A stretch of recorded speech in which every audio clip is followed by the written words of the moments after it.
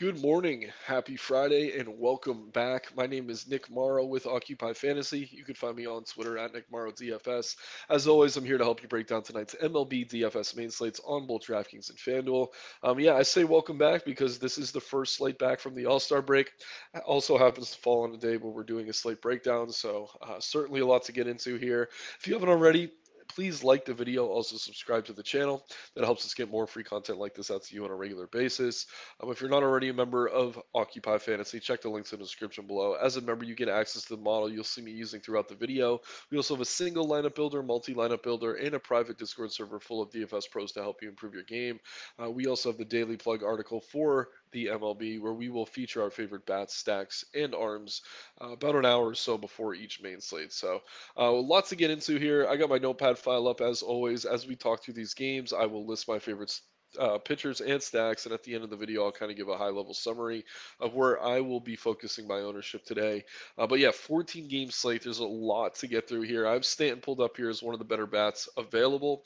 Not that he's been great this season, but going into the break, he was starting to see the ball better. He had that 2 home run game in Yankee Stadium against the Cubs, which I believe was against Drew Smiley, who's a lefty. And tonight he gets a lefty in Coors Field in Austin Gomber.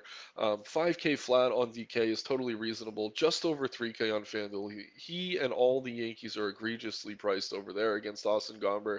Gomber's actually been a little bit better lately, but really still allows a lot of power. The numbers on the season aren't great.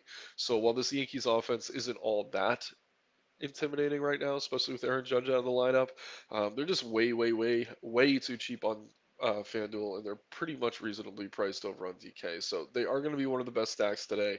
Stanton's one of the best bats in that order. If I were picking one to homer, it would probably be him. Whenever you get him against the lefty, he does present that type of upside. So um, not too much on him. We'll get back to him when we go through the game by game, but I always like to start with kind of a main focal point for the slate. And today it is probably those Yankees bats in cores. Their team total pushing 7 runs at this point. So 14 games to get through. Let's get into it here. Going to try to keep it close to a half hour, which is likely going to be difficult. But regardless, first game on the slate, we have Sandy Alcantara and the Miami Marlins taking on Dean Kramer and the Baltimore Orioles. So some risk here. Sounds like this game plays, but they're going to have to probably wait out a bit of a delay. I don't know that they're 100% willing to do so, but I do think it's more likely than not that this game is safe. Sandy Alcantara on the mound for Miami against Dean Kramer in Baltimore. So yeah, Sandy too cheap, given his upside on both sides. 6,800 on DK, 8,200 over on FanDuel. Does have a pretty high ceiling, but it is a bad matchup, and Alcantara really hasn't been good this season, which is why his price is so low. So even this cheap, we're not going to see much ownership on him. The weather isn't great. You're going to have to duck that. And the matchup with Baltimore isn't great. So I think in large field contests, if you're playing a bunch of lineups, especially on DK, it makes sense to get to some Alcantara. But he is very much boomer bust, high risk only type play. Better matchup for Kramer here, but just kind of the nature of his game, I would kind of call him a similar option to Sandy. Better matchup for him, obviously. Not quite as talented of an arm. But yeah, so I respect the arms enough probably not to get to any bats here. But at the same time, it's a 14 game slate. We're dealing with weather, dealing with a tough matchup for Alcantara. Even though he's cheap, I don't really want to call either of these arms priorities. So kind of a wash there. Moving into the next game, we have Ross Stripling and the San Francisco Giants taking on Rich Hill and the Pittsburgh Pirates. So Stripling starting to be stretched out as a regular starter, career starter. But yeah, they were kind of using him in the opener role, sometimes only getting 3 or 4 innings pitched. He has been going deeper into the games, but he really doesn't have much of a K upside at all. Just an 18% K rate this season. And I would like Pirates bats here, but they don't really have much righty power, and that's the issue that Stripling's been having. Their best hitters, Reynolds, Sawinski, Santana. I think they get Choi back today. Those are all guys hitting from the left side, and Stripling has pretty severe reverse splits right now. At the same time, I wouldn't mind getting the Pittsburgh's bats. I would use them over Stripling, but I really don't want to call them a priority on a 14 game slate. I would if they had more righty power, but it's just tough to really get to them here. On the other side of things, we have Rich Hill against the Giants, who hasn't been terrible. But another situation where most of their good hitters are lefties, and they're likely to run out a righty heavy lineup. But if they can tag Rich Hill, you're going to get into the bullpen, see a lot of righty arms, and Kapler really, really likes to pinch hit. So I don't know that the best bats in this order, as they profile against Hill, are going to be in there the second or third time around. So for me, this one's a wash. Really no interest in Hill. Don't really have much interest in Giants. If anything from this game, it would probably be those Pittsburgh bats, but I'm not going to call that a priority. But the weather in that one does look pretty decent. Moving into the next game, we have Ryan Nelson and the Diamondbacks taking on Jose Barrios and the Toronto Blue Jays. Somewhat similarly to Stripling, Nelson has been stretched out, coming off back-to-back starts where he's gone 7 innings pitched. Those have both been quality starts. So Nelson, who is pretty cheap on both sites, I guess he is some upside, but it's a terrible matchup. We see in the model he's really not popping at all, just a 7.5 OF index rating. The main reason for that is he has just a 16% K rate on the season, which is honestly terrible as far as DFS upside is concerned. So, no real interest in Blue Jay bats. I do respect Nelson's ability to limit damage enough not to get to them aggressively. He's also worse against lefties. Blue Jays much better from the or their righties are much better than their lefties, and yeah, like I said, Nelson has been good lately. Not good enough for me to want to play him in DFS, but good enough for me not to want to call the Blue Jays a priority. On the other side of things, we have Jose Barrios taking on the Diamondbacks. Barrios just priced around 9K on both sides, reasonably priced, but really not a great matchup here at all for him against Arizona, a team that strikes out only around 20% of the time against right-handed pitching. They have around a 170 ISO this season too against righties, so yeah, I do respect Barrios. He does have some talent. The price isn't terrible. But in the matchup on a 14 game slate, I don't think we necessarily need to go to him there. Moving into the next game, we have Corbin Burns and the Milwaukee Brewers taking on Graham Ashcraft and the Cincinnati Reds. So this is an interesting one. Burns pretty inconsistent this season, but he is coming off back to back quality starts. Obviously, it's a terrible matchup taking on the Reds in Cincinnati. Very small hitter friendly ballpark. And excuse me, the run total in that one is pushing 10. So there's reason to believe this is not a good spot for Burns. 8,400 on DK, reasonable. Wouldn't mind using him in large field high risk tournaments. 9,600 on FanDuel, a little bit less appealing, but at the same time, I think if we're going to get him sub 10% owned on FanDuel, looks like sub 5%. Ooh, excuse me, there's some merit to playing him just from that tournament angle. On DK, a little bit more popular, but like I said, just a really, really bad matchup. He does have upside at his price, but he's going to be tough to trust. I will actually write him down, though, as a top SP option. Um, I'm just going to say he's boom bust, high risk only. But yeah, I mean, at the same time, I mean, the Reds do have some upside. I'll check the model here. Wouldn't it be shocking to see them pretty high up? Yeah, they're a lot higher than I would rate them just not looking at numbers, but I mean, there's probably a reason they're this high in the model. I mean, 6th in OF index, 12th in ISO, 19th in WOBA, but 8th in team total. So they are profiling well here. Team has been really hot. Guys like McLean, Ellie De La Cruz getting called up. It's been massive, massive boost to this offense. Joey Votto as well. Um, but for me personally, 14 game slate, even though they're ranking pretty high, I do expect that rank to fall a bit throughout the day. I don't know that the other categories are going to carry this OF index. If we see the team total start to dip a little bit, I do imagine the Reds fall down the board. But they're technically viable. You can use them in high risk, but against Corbin Burns on a 14 game slate, not really something I'm rushing to get to. On the other side of things, we see Milwaukee here. Top 10 in three categories. Not a ton of power upside, though. And Ashcraft, who has started the season excellent, got hurt, came back, pitched terrible. Over his past few starts, though, he has actually looked pretty solid. Solid enough for me to want to roster him here? Probably not. No surprise, he's towards the bottom of the model given his season long statistics, but over the past few weeks, he hasn't been that bad. But Milwaukee, another offense we can consider here, uh, like I said, they rank top 10 in everything but ISO, though, so you're not really getting the power upside that you might get from some of these other stacks. And yeah, Ashcraft has been better lately. Don't really want to play him, but at the same time, he's been good enough for me not to really be rushing to Milwaukee, even in a game with a high total. Next game on the slate, we have Julio Urias and the Los Angeles Dodgers taking on Justin Verlander and the New York Mets. So this is a ugly, ugly game in terms of weather. I don't want to spend too much time on it. I will say this: I think Urias is high risk contest viable. Verlander pretty inconsistent, not pitching deep into games, but obviously he has upside, even in a tough matchup against Los Angeles. If the weather's clear here, the one thing I'd prioritize would be Julio Urias, even in a tough matchup with the Mets. He's sub 9K on both sides. That's a little bit too cheap. But I respect Verlander and the Dodgers bats enough to not want much from that matchup. Um, and yeah, like I said, I like Urias. I don't really have much interest in Mets bats, but the weather here is terrible. So I'll go ahead and say that. One second. Just gonna make a note here.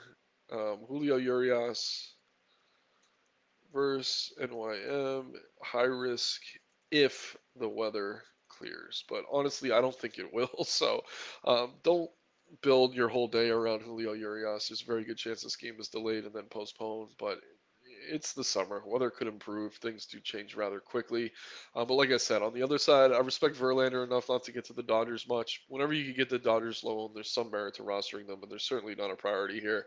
And Verlander, too risky of a spot for me to want to pay for him in a rough weather spot against a very potent, dangerous offense. So, moving into the next game here, we have Michael Kopech and the Chicago White Sox taking on Charlie Morton and the Atlanta Braves. Kopech returning from the 15-day IL. Certainly enjoyed that All-Star break. Another guy who's been kind of inconsistent. Decent K numbers, decent K upside, but at the same time, this is as bad of a matchup as it gets against Atlanta right now. They had like 4, 5, 6 All Stars in that starting lineup this season. They're that team this year. Where 1 through 9 they're dangerous, and we see that reflected in their total. They're pushing 6 runs. I do expect we see them towards the top of the stack model as they should be. We're gonna go ahead and write down the Braves here.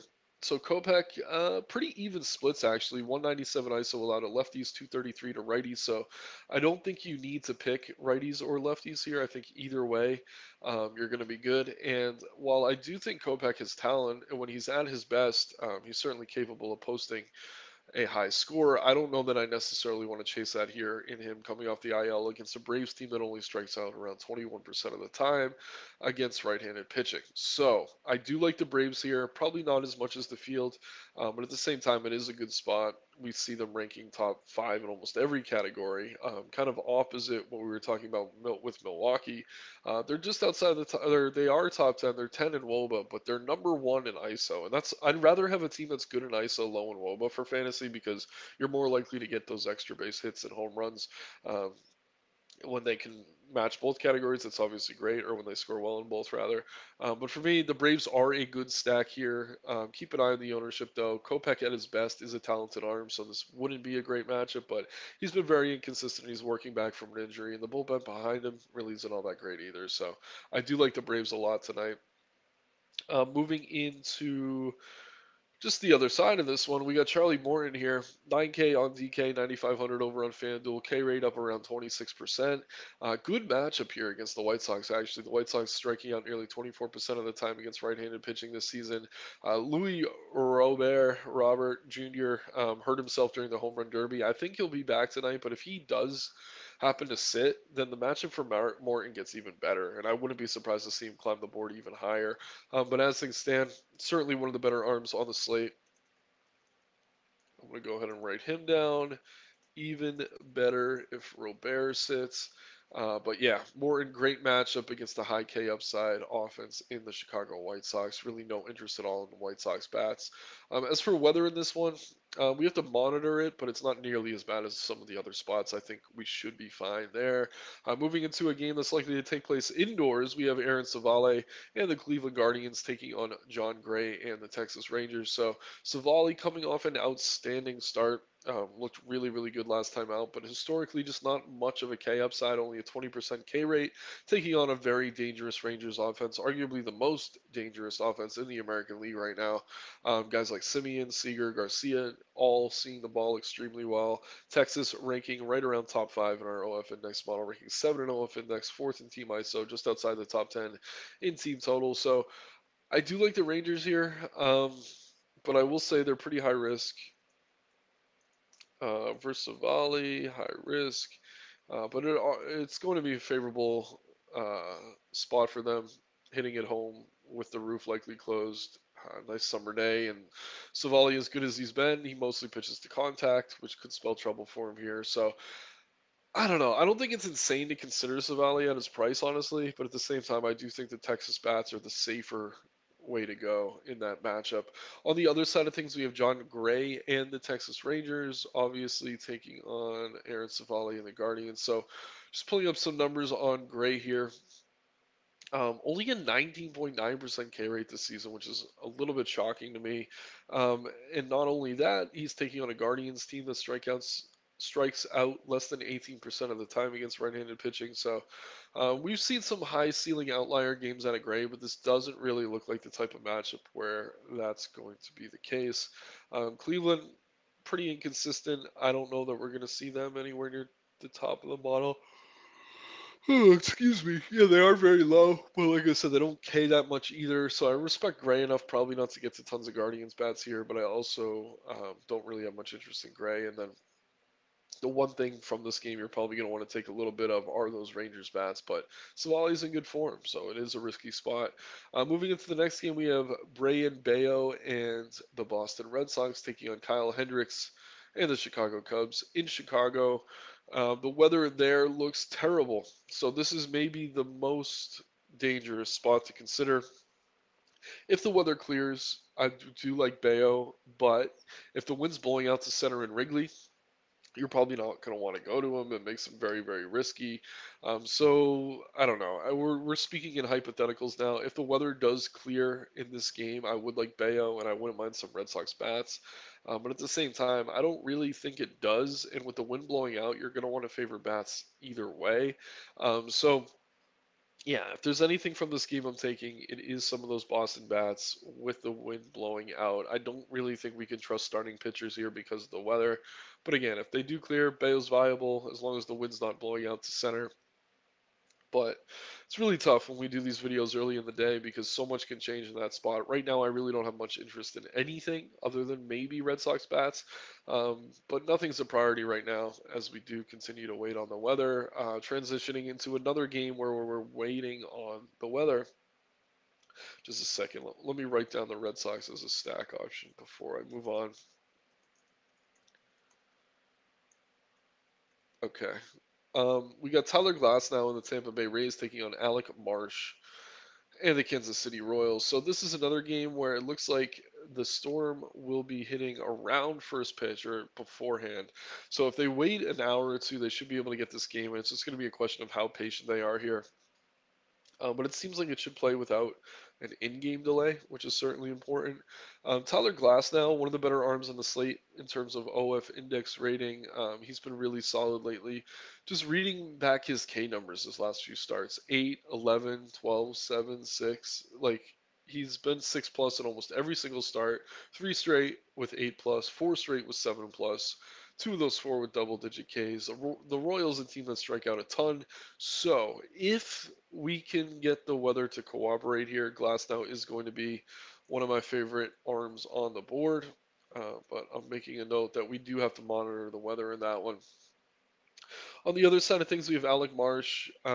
He's flashed some K upside, 2 starts in a row where he's shown, or where he's stricken out 5 batters, excuse me. But just a very, very bad matchup here against the Rays. So Marsh is cheap. He does have K upside, but I really can't trust him against the Rays here, especially on a humid day in a really, really bad spot. So, um, yeah, I like Glass now. I don't like Marsh. I'm not crazy about Rays bats, but if the weather does cooperate, I think we do have to at least dig a little bit deeper into them. I haven't clicked over to the batters models yet. I will do that here for the Rays, give them the proper interest that they deserve. I know I initially kind of glossed over them, but yeah, looking into this matchup now, pulling up some numbers on Marsh, they are one of the best stacks on the board, and it took me a minute to get there. Thank you for bearing with me, but yeah, I'm doing some thinking out loud. But we look at Marsh's numbers here. Absolutely terrible. 353 ISO allowed to opposing hitters, 436 WOBA. He does have some K upside, like I mentioned, but that's not going to keep him safe here.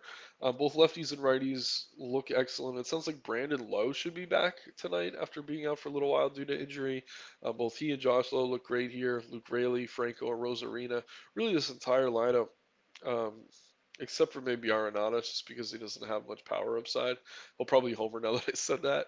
Betancourt also not really ever a priority for me, just pretty inconsistent bat, but he does fill that catcher hole if you need him to. But yeah, I do really like Rays bats here versus Marsh. Just making note of this. We got Rays versus Marsh. And yeah, they're going to be popular, but the upside certainly makes it warranted, in my opinion. So, just to recap this one quickly, the weather doesn't look great here. It should cooperate, but definitely monitor it throughout the day. I like the Rays bats. I like Glass now, but really not all that interested in anything from the Royals side. Moving into the next game now, we have the Washington Nationals taking on the St. Louis Cardinals. Trevor Williams on the mound for Washington. Miles Mikolas on the mound for the Cardinals. It sounds like the Cardinals should be sellers at the deadline, so maybe this is one of those audition type starts for Mikolas. I wouldn't be shocked to see him traded. Um, but yeah, on the other side of things, really no interest at all in Trevor Williams. Very inconsistent. Let's see here. But yeah, we see him towards the bottom, Mikolas towards the bottom as well. And then, as expected, St. Louis ranking top five in every single category. So let's go ahead and write down the Cardinals versus Williams. Yeah, I mean the Cardinals haven't been hitting the ball that well, but they do still have a lot of solid bats in this order, and then like in the form of Nolan Arenado, Paul Goldschmidt, they both look excellent in this matchup. Nolan Gorman, Brendan Donovan likely to lead off. Williams pretty even splits this year, but historically he has been worse against lefties. So if I am stacking Cardinals, I'm probably mixing, or I want Goldie and Arenado as priorities just because they're the two best bats. But after that, I do like the lefties, and they do have Jordan Walker likely in the lineup here as well. Affordable, young, talented player with home run upside. So a lot to like as far as the Cardinals bats go. I can see myself getting to them relatively aggressively.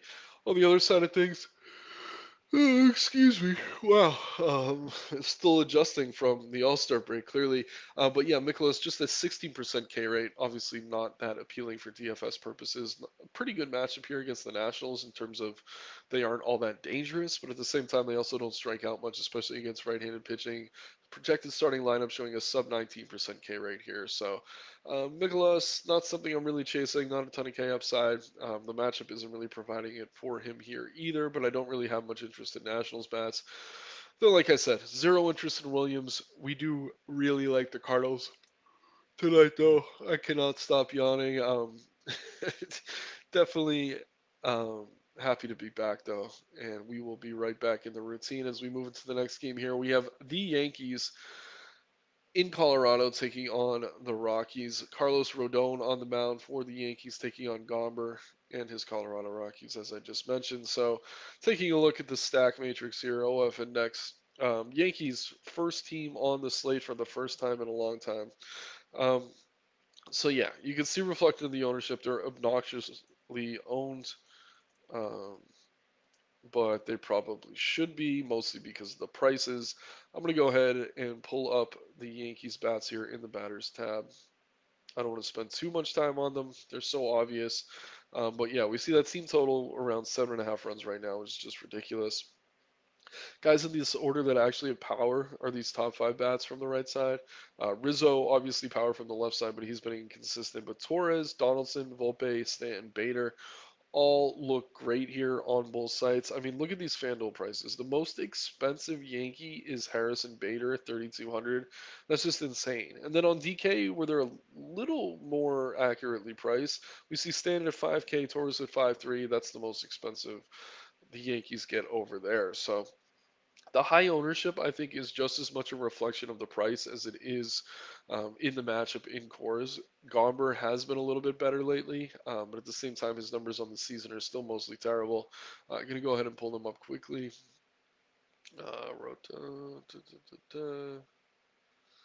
Come on. There we go. So, Gomber, 240 ISO allowed to opposing hitters this season. He's been worse to lefties, so if you can get to Rizzo, feel free. Like I said, he has been cold, though. And this Yankees projected lineup around a 180 ISO, massive 7.5 implied run total.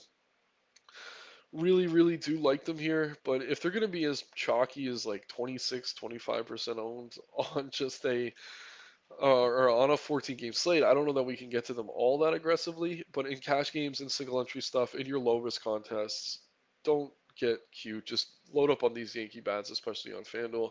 On the other side, we have Rodon, so another lefty in course, which isn't necessarily ideal, but he looked good in his first start back. Not good enough for me to want to play him, as he's likely to be limited around 80 to 90 pitches. But yeah, there are a few Rocky bats I'd consider. I don't think it's a great matchup by any stretch, but guys like CJ Cron, Grichuk, All Star MVP Elias Diaz all hit left handed pitching really well, as is Chris Bryant, who is back and healthy. So the Rockies, kind of a borderline option here. I'll go ahead and jot them down. I don't really think they're a priority, but they're boom bust in Coors Field. So yeah, just to recap that game, really, really do like the Yankees bats. They're probably going to be overowned though. So on a 14 game slate, if you can find other stacks you like as much, it makes sense to pivot in a high risk contest. But in your low risk and single entry stuff, definitely load up on Yankees bats, especially on FanDuel. On the other side of things, I don't really want to play Rodon here. He's still kind of on a pitch count. And it is Coors Field, and the Rockies do have some guys that can hit lefty as well. So I don't think the Rockies are a crazy stack here. Obviously, the Yankees are a bit better on paper, but they're going to be massively, massively owned. So take that for what it is. Moving into the next spot here, we have JP France and the Houston Astros taking on Shohei Ohtani in the Los Angeles Angels. France, nice little surprise for Houston this season. I think they wanted him to kind of work his way into the rotation. I don't think they were expecting him to be this good, though. Holding opposing hitters, excuse me again, to a 305 WOBA, 7.7% walk rate, which isn't terrible, but the 17% K rate is what's keeping me from getting too much France here. Decent matchup against the Angels, still no Mike Trout. Sounds like Anthony Rendon's going to be back, but he's been more of a plus to opposing pitchers than something we have to fear really this season. So I don't mind France here. Probably won't get to him on a 14 game slate. He's just a little bit expensive, but I do respect him enough, probably not to get too many Angels bats. On the other side, we have Shohei Ohtani, just under 11K on both sites. Um, and yeah, 33% or 32.5% K rate this season. So obviously he has a ton of upside, but he is very expensive against an Astros team here that is mostly patient, only around a 20% K rate against left-handed pitching. So I like Otani. I think he's overowned though. Excuse me. I like Otani, but I think he's overowned. Don't really have much interest in the Houston bats, but I do respect him enough to not really consider Otani to be one of my favorite arms on the slate. But I will say this: he probably has the highest ceiling of anyone on the board, just because that's the type of pitcher he is. Um, so I'm gonna go ahead and call him boom bust, high ceiling. All right. Moving into the next game on the board, we have Kenta Maeda and the Minnesota Twins taking on Paul Blackburn and the Oakland Athletics.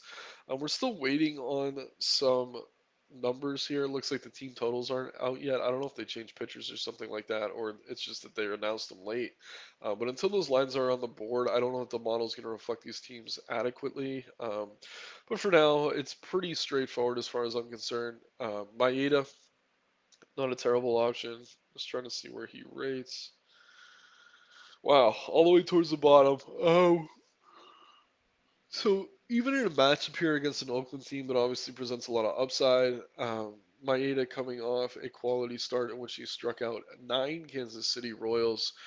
I'm honestly a little bit surprised he's so far down in the model. Like I said, I do think we're waiting on some data in those team totals, and once those are out, we see Maeda kind of climb up the board a bit. He is affordable on both sites. One of my preferred value options because of the matchup, but do keep in mind, it sounds like the A's are going to be calling up Tyler Soderstrom and Cody Thomas, I think it is tonight, two of their top prospects. So that lineup should actually continue to improve as they call up some of these young guys until they trade away their bigger bats, guys like Rooker, etc. But for now, I like Kenta Maeda, and uh, do I like Twins bats here against Paul Blackburn is the next question. I mean, Blackburn is one of these guys. He's not a good arm, but he's good enough that he's very frustrating to stack against at times. So for me personally, I'm not rushing to get to Minnesota here. Where are they? They're not even in the model right now. So we're waiting on that data. I'm going to go ahead and refresh. It would be nice if we had this. Um, but to summarize, the Twin Bats are good, but likely over-owned against Blackburn. Kenta Maeda looks solid here, but he certainly presents some risk, especially against an A's team that's calling up a few of their better prospects. Oh, almost done yawning. One more game on the board here. So yeah, keep an eye on that Twins Oakland game. I think as we get that data throughout the day, we could see them climb up the board here. And yeah, right now they're just outside the top 15, but they do rank top 5 in WOBA. So a team that's going to make contact, not necessarily enough power to want to prioritize them, though. Moving into the last game on the board, we have Eduardo Rodriguez and the Detroit Tigers taking on Luis Castillo and the Seattle Mariners. So jumping over to the pitcher side, um, C. Castillo rating is the top arm on the board. Not necessarily surprising. He's been excellent most of the season. He's been really solid at home, and tonight he takes on a pretty mediocre Detroit offense. Last time we saw Castillo, he had a nice quality start against Houston, but didn't really record many Ks. But honestly, in a matchup like that, that's not too surprising. In a matchup like this, I'm expecting a lot more. We see that 1.21K per IP. He should be able to get 6, 7, 8Ks here in a very nice matchup. He's going to be popular, but this is the type of chalk I do think you can eat and feel pretty good about. As for Eduardo Rodriguez, still working his way back from an injury, pretty inconsistent, a little bit overpriced until we know that his wounds are healed. But for now, I really like Castillo from this game. That's really it, though. Not really going to rush the Mariners bats against Erod, even if Erod isn't fully 100% or he's somewhat limited. So we got through the game by game. Really appreciate everyone bearing with me as I yawn 10,000 times. I'm going to pull up my notepad file now and just kind of give the slate overview. So, yeah, as for SP options, we really do like Glass now here against KC, but keep your eye on that weather. Charlie Morton versus the White Sox looks excellent, even better if Louis Robert sits. Corbin Burns versus Cincinnati, very risky, not a great park or a great matchup for him, but at his price, he does have a pretty high ceiling. Julio Urias, terrible weather in that Mets game, but if it clears, he has nice upside for his price. And then Otani versus Houston, not a ton of K upside. But Otani has shown at times he's kind of an outlier. Even against teams that are relatively patient, he can get them to rack up some strikeouts. So I do like Otani here. I'm just taking a quick look over to the left of my screen, seeing if there's anything else I missed. Bayo looks good for Boston if that weather clears.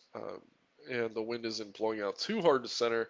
But right now, I don't know that that game plays. So take that with a grain of salt. Moving into top stag options, we obviously have the Yankees against Gomber and Coors. They're just way too cheap on FanDuel. Likely going to be popular. If you get to some of these other options over them in high risk, large field tournaments, I think that makes sense. Again, in low risk and single entry stuff, just load up on your Yankees tonight.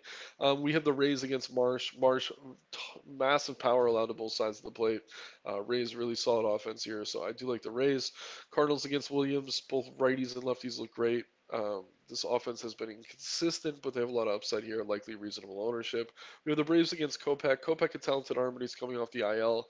This could be a matchup we can exploit and get the Braves at relatively low ownership, at least by their own standards. The Red Sox, if the weather clears in Chicago, should be able to tag up Hendricks, but keep an eye on the weather again in that one. And then the Rockies against Rodon, boomer bust for sure.